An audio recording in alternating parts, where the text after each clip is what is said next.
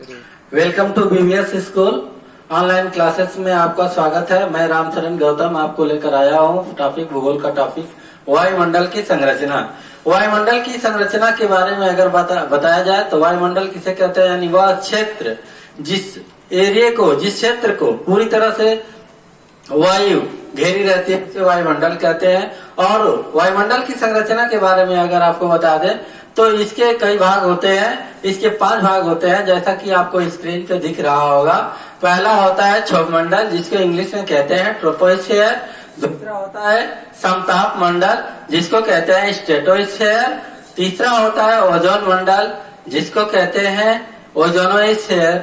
और चौथा होता है आयन मंडल जिसको कहते हैं आयनोस्फीयर। और 5वां होता है आपका वायुमंडल जिसको कहते हैं एक्सोस्फीयर। अब मैं इसके बारे में आपको डिस्क्राइब करूंगा कि ये क्षोभ मंडल में कौन सी घटनाएं होती हैं, क्षोभ मंडल की दूरी कितनी होती है और क्षोभ मंडल में क्या क्या घटनाएं होती हैं। पहले अगर चर्चा करें तो क्षोभ मंडल को जिसको कहते हैं इंग्लिश में ट्रोपोस्फीयर। ट्रोपोस्फीयर इंग्लिश शब्द है, इसका हिंदी रूपांतरण होता है क्षोभ मंडल। क्षोभ मंडल की जो दूरी होती है वो जो पृथ्वी की सतह होती है, पृथ्वी की सतह से टोटल दूरी 18 किलोमीटर तक होती है। लेकिन अगर कभी कभी पूछ देता है एग्जाम में कि ध्रुवों पर कितनी दूरी होती है तो ध्रुवों पर अलग होता है और विषुवत रेखा पर अलग होता है। यानी ध्रुवों पर इसकी दूरी 8 किलोमीटर होती है जबकि विषुवत रेखा पर 18 किलोमीटर होती है। अब मैं अगले वीडियो में बताऊंगा कि ये ध्रुव क्या होता है और विषुवत रेखा क्या होता है। तब तक इसमें बस इतना ही जान लीजिए कि ध्रुवों पर इसकी जो दूरी होती है वह 8 किलोमीटर होती है और विषुवत रेखा पर इसकी दूरी जो होती है वो 18 किलोमीटर होती है। घटनाएं क्या क्या होती है, जैसे क्षोभ मंडल में आपका जितनी भी ये सब घटनाएं होती है, जैसे आंधी का आना, तूफान का आना, बारिश का होना, बादल का फटना, ये सारी घटनाएं जैसे आंधी का आना, तूफान का आना, चक्रवात, प्रति चक्रवात, ये सारी जो भी घटनाएं होती हैं ये क्षोभ मंडल में होती हैं। अब ये तो क्षोभ मंडल हो गया। दूसरा आता है टॉपिक समताप मंडल। दूसरा आता है समताप मंडल जिसको कहते हैं स्ट्रेटोस्फीयर। इसकी जो दूरी होती है वो 18 से 32 किलोमीटर तक होती है।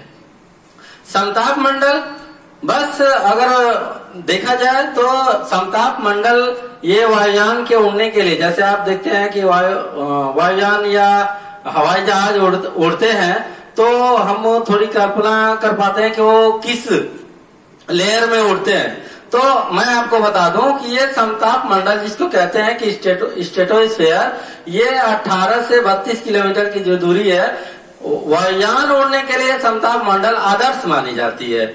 तीसरा आता है आपका टॉपिक ओजोन मंडल। ओजोन मंडल क्या होता है? ओजोन मंडल, ओजोन मंडल की जो इंग्लिश वर्जन होता है वो होता है ओजोनोस्फीयर। इसकी जो दूरी होती है 32 से 60 किलोमीटर की दूरी होती है। और इसका कार्य क्या रहता है, जैसे आप सूर्य देखते हैं, सूर्य होता है, ये सूर्य क्या होता है आपको मैं बता दूं, ये होता है तारा। ये तारा है जो अधिक मात्रा में हाइड्रोजन और हीलियम गैस की अधिकता होती है। अब हाइड्रोजन और हीलियम गैस की अधिकता होती है तो मैं आपको बता दूं कि सूर्य का प्रकाश जो होता है वो पृथ्वी पर आता है और जब पृथ्वी पर आता है तो डायरेक्ट पृथ्वी पर नहीं आता है। बीच में क्या होता है कि सूर्य से आने वाली जो परावैंगनिक किरणें होती हैं वो ओजोन मंडल में वो क्या होती है कि परावर्तित होकर के और फिर पृथ्वी पर आती है। इसलिए पूरा जो पृथ्वी पर जो जीवन संभव है उसके लिए बहुत ही लाभप्रद साबित होती है। ओजोन परत, जो ओजोन मंडल होता है, जो ओजोन परत होती है वो थोड़ी अब नष्ट हो रही है और किसके कारण होती है? वो CFC गैस के कारण होती है। CFC का पूरा नाम होता है क्लोरोफ्लोरोकार्बन। होता क्या है? क्लोरोफ्लोरोकार्बन। ये किस चीज से निकलती है मैं आपको स्क्रीन पे दिखा रहा हूँ। ये एयर कंडीशनर से निकलता है, रेफ्रिजरेटर से निकलता है। एयर कंडीशनर से निकलता है और रेफ्रिजरेटर से निकलता है। अब मैं एक चीज और बता दूं, क्वेश्चन एक और पुटअप किया जा सकता है इसमें कि जो ओजोन मंडल की जो ऊंचाई होती है, जो मोटाई होती है, उसको कैसे नापा जाता है। तो मैं आपको एक स्क्रीन पे पहले से लिख दिया हूं, ये डॉप्सन लिखा हूं, और ये डॉप्सन होती है वो ओजोन परत की मोटाई नापने के लिए प्रयोग की जाती है। तो मैं आपको बता दूं कि जो सीएफसी होती है वो बहुत ही खतरनाक गैस होती है, जो एयर कंडीशनर और रेफ्रिजरेटर से निकलती है और वो ओजोन परत को हानि पहुंचाती है। चौथा आपका जो मंडल आता है आयन मंडल होता है, आयनोस्फीयर होता है। और आयनोस्फीयर जो आयन मंडल की जो दूरी होती है वो 60 से और 640 किलोमीटर यानी बहुत काफी दूर तक होती है।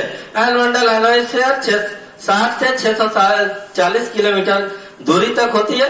और मैं बता दूं कि जो आयन मंडल होते हैं उसमें वेव्स ज्यादा नहीं है। जो भी वेव्स होते हैं, जो भी तरंग होते हैं, चाहे शॉर्ट लेयर वेव्स होते हैं चाहे लॉन्ग लेयर वेव्स होते हैं, ये जो भी होते हैं वो जाते हैं और वहां से आयन मंडल से परावर्तित होकर के और फिर आते हैं जो टेलीविजन और रडार के लिए सुविधाजनक प्राप्त होते हैं। जैसे हम मोबाइल से बात करते हैं तो ये डायरेक्ट एक मोबाइल से दूसरे मोबाइल पर जब कॉल ट्रांसफर करना होता है तो ये डायरेक्ट उस मोबाइल पे नहीं जाता है, जबकि ये आयन मंडल में जाते हैं और वहां से ट्रांसपेरेंट होकर के एक दूसरे मोबाइल पे जाते हैं। तो ये रहे आयन मंडल। दूसरा होता है, अब लास्ट आपका जो पांचवा है और जो आपका लास्ट मंडल है वो होता है वायुमंडल, जिसको इंग्लिश में कहते हैं एक्सोस्फीयर। अब इसकी जो दूरी होती है वो अनलिमिट होती है, उसका कोई सीमा तय नहीं होता है। और इसमें दो ही अधिक गैसों की अधिकता होती है। पहला गैस होता है हाइड्रोजन और दूसरा गैस होता है हीलियम। इसकी कोई एरिया लिमिट नहीं होती है, मैं आपको स्क्रीन पे बता दिया हूं।